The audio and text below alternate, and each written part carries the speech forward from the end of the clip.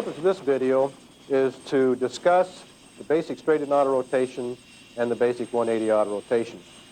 We feel that this may help people to go out and shoot the actual autorotation if they can see a video that's set up to show the breakdown of the entry into autorotation, the flight down to 50 to 70 feet, and then the procedure from 70 feet on down. We want you to remember that when you're shooting an autorotation in practice, that you always shoot the autorotation to a specific point.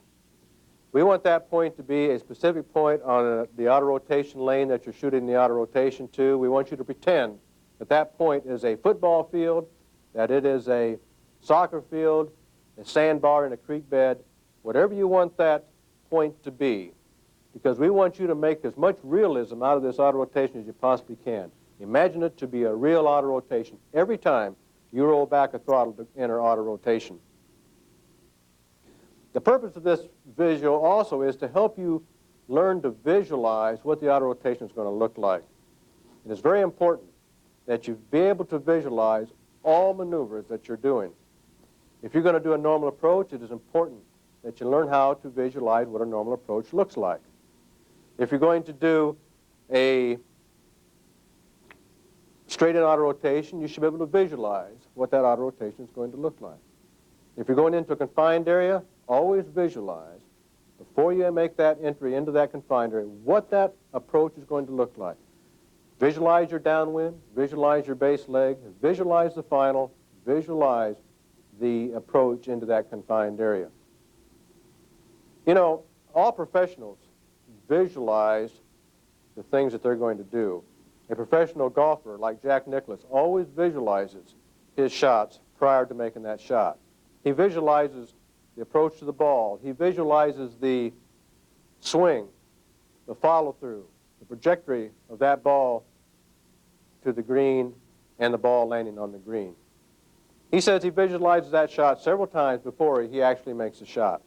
So we feel that by being able to visualize what an autorotation looks like, that you will be able to do a much, much better autorotation. So first of all, let's talk about the very basic autorotation.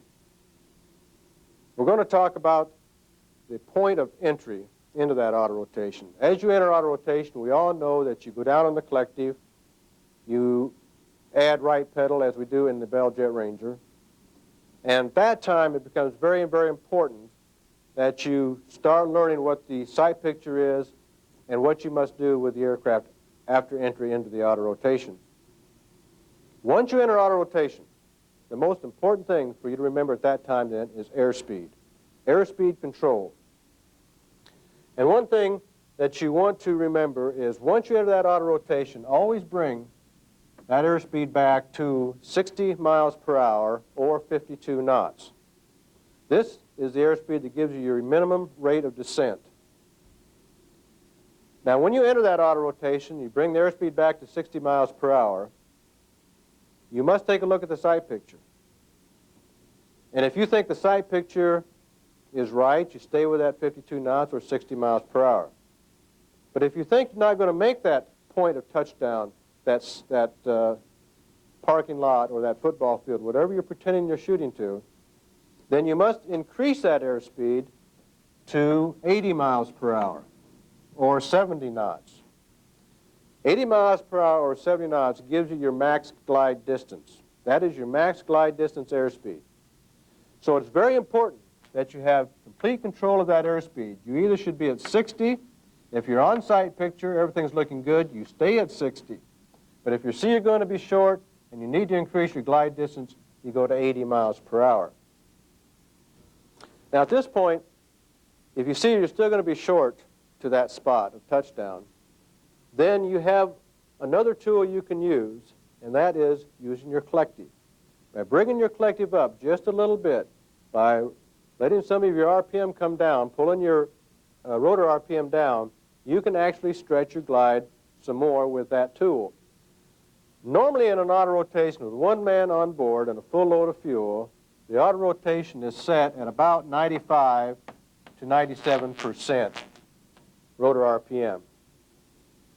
Now, remember, if it is a warm day and let's say you have a full load of passengers on that aircraft, your rotor RPM will be higher as you load the aircraft up. But if you have just yourself and about 20 gallons of fuel or 140 pounds of fuel, your rotor RPM will be down around 90%.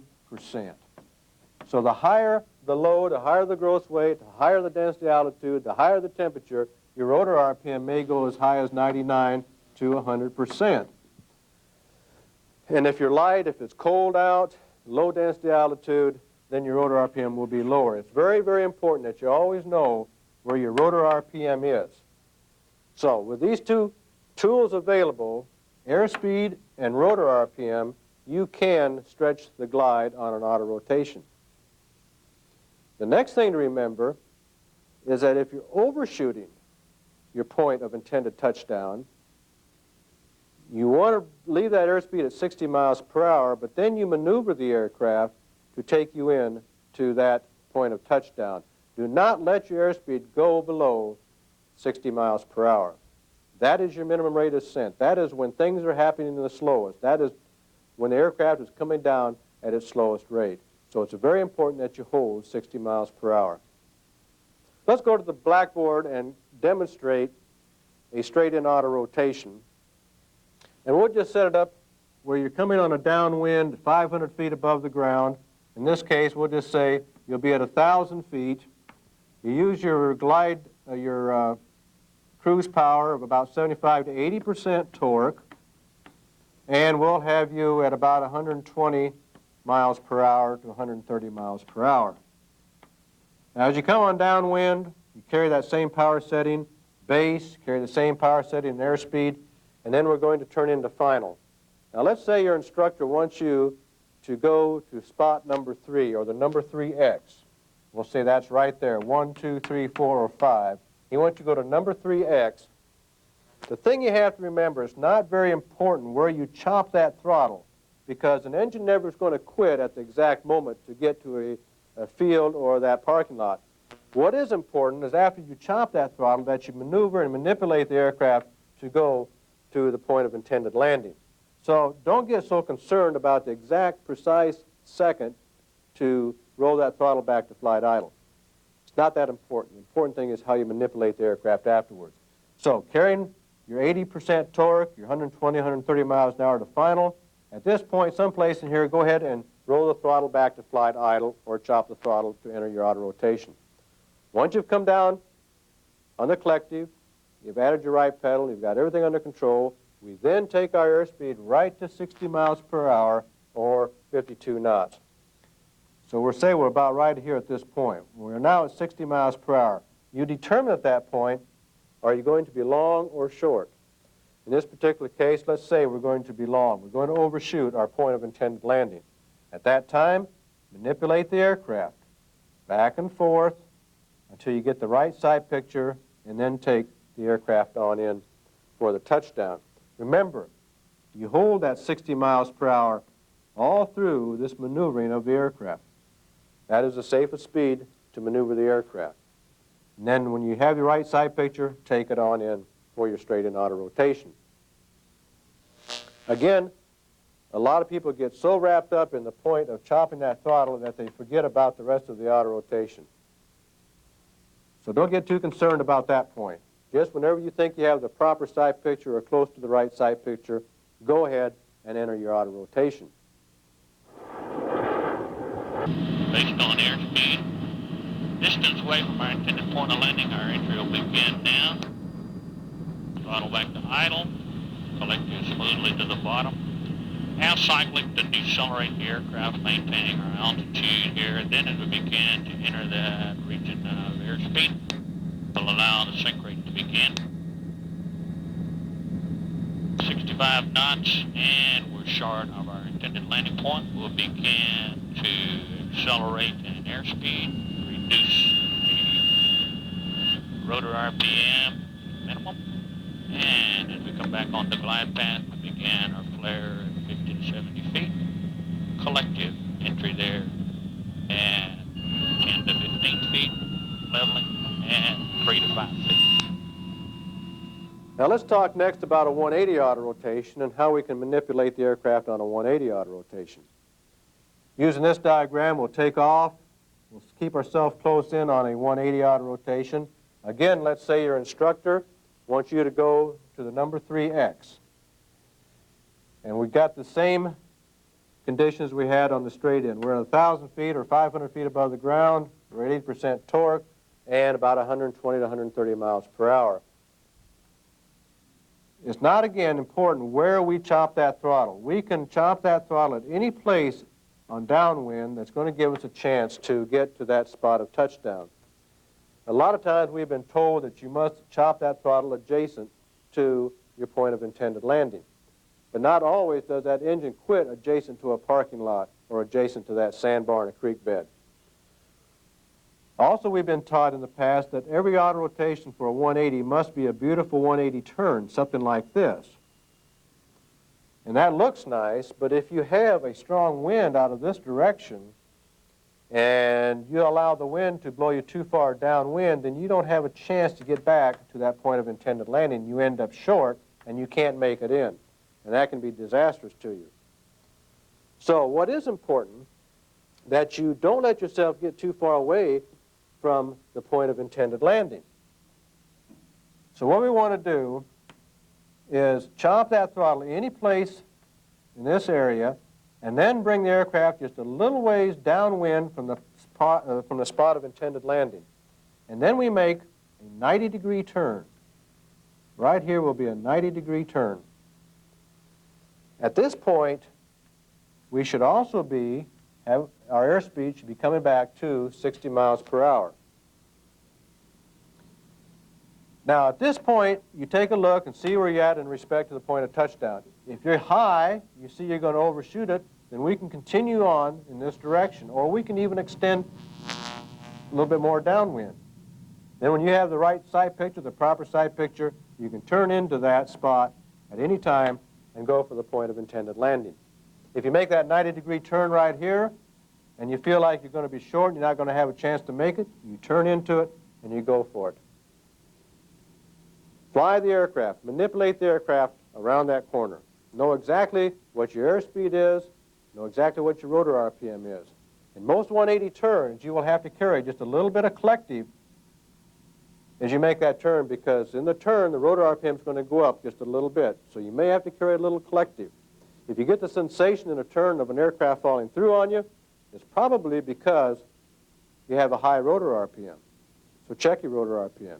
If you ever get a low rotor RPM, when you're doing any kind of an auto rotation, you're going to hear the audio, and you're going to see the light come on the low rotor RPM segment. So you should always know where your rotor RPM is, always know what your airspeed is. Now, one of the fallacies that most pilots get caught in doing a 180 auto rotation is getting so involved in the cockpit that they forget exactly where they're at in relationship to the point of touchdown. They spend about 80% of their time looking in the cockpit, looking at the airspeed, looking at the rotor RPM, and they spend about 20% of the time looking at the spot of intended landing. But they should have it the other way around. You need to spend about 80% of your concentration, 80% of your time looking at the spot of intended landing, and about 20% of your time looking in the cockpit, looking at your rotor tack, looking at your airspeed. 1,200 feet, 120 miles an hour. Torque setting again, 75 to 80%. And at a 180-degree position away from the landing point, enter the auto rotation.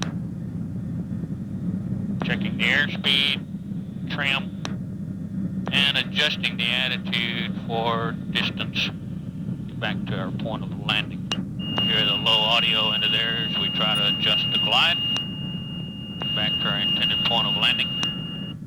This one's a little short due to the wind velocity. Now we're back into our rotor RPM in the green. Flares accomplished, collective at 10 to 15 feet above the ground. 3 to 5 feet above the ground, we'll level the aircraft, try to cushion it on for a smooth landing.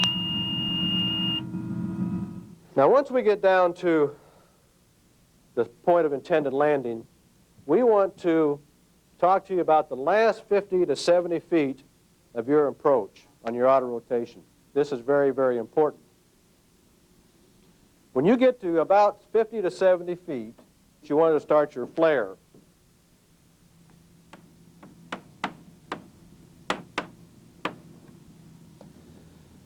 And then at about 10 to 15 feet, we want to bring in a little pitch with your collective. And then at about 5 feet, we're going to level the aircraft, and then we're going to cushion on with our collective. So the last 4 steps in an auto rotation are flare, collective pitch, level, and then cushion on with your collective. At 50 to 70 feet, you're going to start your flare. At 10 to 15 feet, you're going to have your pitch pull with your collective. We're going to level the aircraft and cushion the aircraft onto the ground. This 50 to 70 feet will never change. You always start your flare at 50 to 70 feet.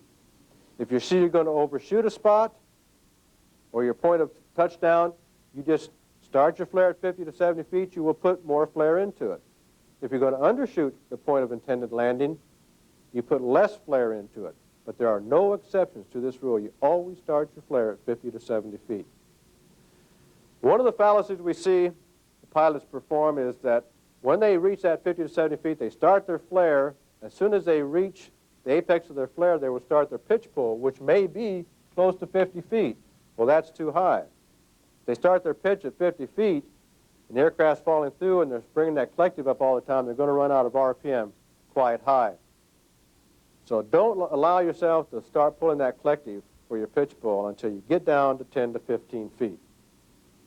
If you go on a slow cadence from the time that you hit 50 to 70 feet, a slow cadence of saying flare, pitch, level, cushion, you have a good chance of really putting that aircraft down on the ground without any bounce or just as smooth as you possibly can. So remember these last 4 steps. Say it out loud to yourself as you come through each area of the flare and the pitch, level, the cushion. That is the very basic straight-in auto rotation, the 180 auto rotation. And keep in mind, in review, that on a straight-in auto rotation, we always go to 60 miles per hour first. And then if we need to extend our glide, we can go up to 80. If we see we're going to overshoot a spot, we can manipulate the aircraft. Same with the 180 auto rotation. The most important thing is airspeed control, making your 90-degree turn. It's determined then when you have what you have to do to go to your spot, if you have to increase your glide or stretch it just a little bit. And then the last 50 to 70 feet of your auto rotation, the flare, the pitch, the level, and the cushion.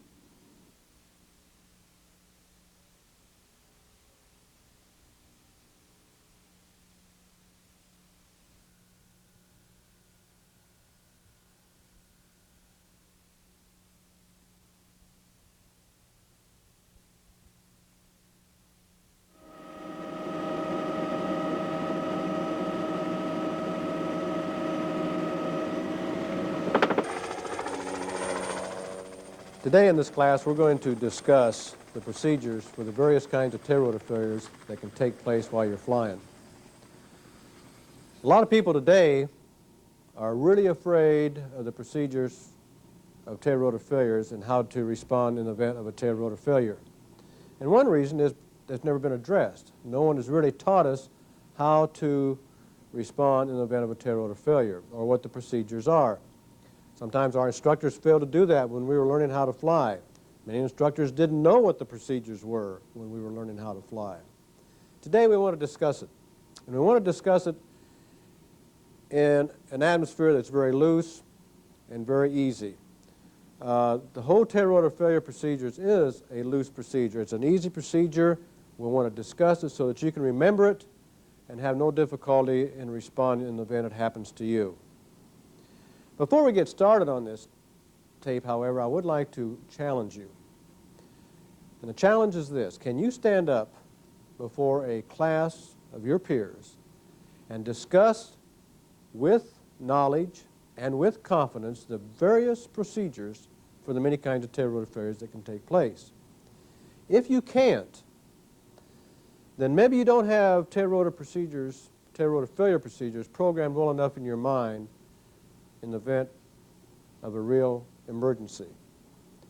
So I challenge you to go out, go into a closed room, practice the procedures, have them so down pat, so have them in your mind so that in the event an emergency does happen to you, you can respond without any problem.